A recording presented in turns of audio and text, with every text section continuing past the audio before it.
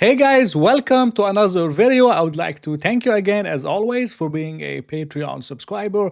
So I decided to do a video on speculation. And I know it sounds weird because this is the investor, this is investing, and we invest based on the fundamentals, and we want the company to be profitable and to prove itself to us before we add more. And we care about the management team and a lot of value investment principle. But this is a video on speculation, which scares a lot of people, and a lot of investors are not too open-minded to this subject. But this is something that I adapted to over time. As I personally started as a traditional value investor, I told you guys, Benjamin Graham, turnarounds, hated stocks, stocks you wouldn't touch, junior gold miners, everything you could imagine.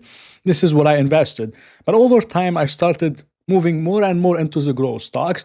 And I realized that a lot of those growth stocks, they're always going to look expensive before they become like if you look at Palantir and all those stocks that made thousands of percents worth of moves, you're not going to catch them if you skip the stock because it looks expensive, or if you skip the stock because it's unprofitable, or if you skip the stock because maybe it has high stock-based compensation, or if you skip it just because it's speculative. This is the whole point of this video. So because the market's been getting more efficient, those stocks, they start moving before they become profitable. So back in 2014, 2015, I used to invest in a lot of growth stocks, and normally they were more predictable. For example, whenever the company posts its first quarter of positive earnings per share, the stock would start moving like crazy, and you know that you should buy those stocks near their first quarter of positive earnings per share. But now you have companies like Rocket Labs, they move 2 years before they even become profitable on an earnings per share basis in a major way, or before they post some kind of crazy numbers. So the market's been getting more efficient, and there's a way to think about this in your portfolio in terms of implementing some kind of speculation into an overall value investment, or just a principle-based strategy. And this is something that I do. I don't avoid speculation, but I speculate on stocks within a specific strategy, which I'm going to explain. And that could be maybe called within the barbell strategy. The whole barbell strategy concept is to have those sure bets. Now, there's no sure bets in the market, but those are bets that are as close to sure as possible. And they are amazing, high quality companies, safe companies that could provide 20% a year. Topicus, Brookfield Asset Management, AutoZone, Amazon. We have a lot of those bets in the portfolio. Those bets will do well no matter what. But then we put in a small percentage of the portfolio in what we would call the wild cards. Now, wild cards, I'm not even talking about SoFi. Wild cards, I'm talking about stocks like Hims, for example, when I bought it at $7.43. Back then, Hims was unprofitable. That's why I put in 1% of the portfolio, and I said it was a speculative investment. Now, I didn't know that Hims would go from $7 to $60. I did not know that Hims is going to play out in such a major way. I knew it could play out. I knew it had the potential, but I knew for sure that it had the potential, and I knew that I was not going to skip it just because the stock looks overvalued. So instead of me skipping it because it's speculative and it's unprofitable, I put in a small percentage of my portfolio because this is one of those wild cards. So if it does work out, I make a lot of money. If it doesn't work out, I don't lose too much. Now, the truth is, most of those wild cards are not going to work out. So you might lose some of them. You might lose 50% on a few. So let's say I put in 50%, 1% of my portfolio, and now I put in a Ethereum kind of miner or Ethereum treasury stock. And it might not work out. I might lose 50%. Okay. But maybe the next one is going to go up crazy kind of amounts, and I'm going to make thousands of percent. So the whole thing with the wild cards is you put in a small percentage of your portfolio in speculative investments. So maybe it's 1%, 3%, 5% in total into just speculative stocks. I'm not saying SoFi.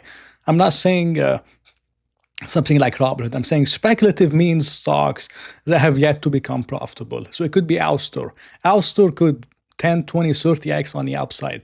But if we're wrong on Ouster, we don't lose too much. This is called the barbell strategy. We have our sure bets. They're going to do well no matter what. Topicus, BAM, AutoZone, Amazon, and such stocks. But then we have the wild cards where if Ouster does play out like I'm expecting and it goes up 20x, we're going to all make a lot of money. But if it doesn't, then we just take it on to the next one. We take it on to the next one. And maybe 2 years from now, after we lose 50% on 3 or 4 1% positions, we're going to find that one stock that's going to go up 20, 30 times, just like Palantir. And it's going to recover all the losers that we had, plus crazy life-changing returns from a 1 or 2% position. So this is the whole mindset around speculation, is to not avoid stocks that have a crazy story, or avoid stocks that just like look like, maybe let's say you're bullish on aviation stocks like Archer Aviation or whatever. Now, normally I would say skip the stock and don't touch it. But if you really believe that could be the future, why not risk 1% of your portfolio and see what happens? If you're okay with losing that 1% or losing that 0.5%, you can do your research and everything, but why not risk it? And just see what happens. If it does work out, then you could make a lot of money. If it doesn't work out, then you don't lose too much.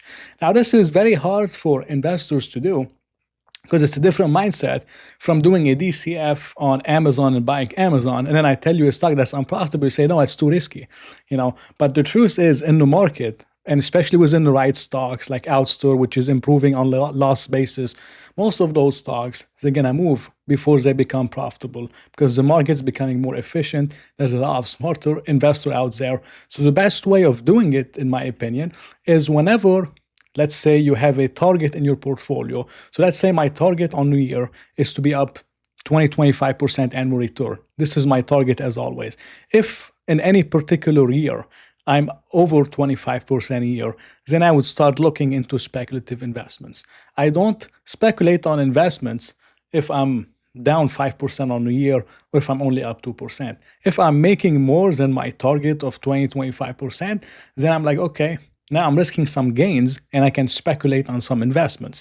But if I was not in this position, and let's say I was down 20%, I would not be speculating all over the place.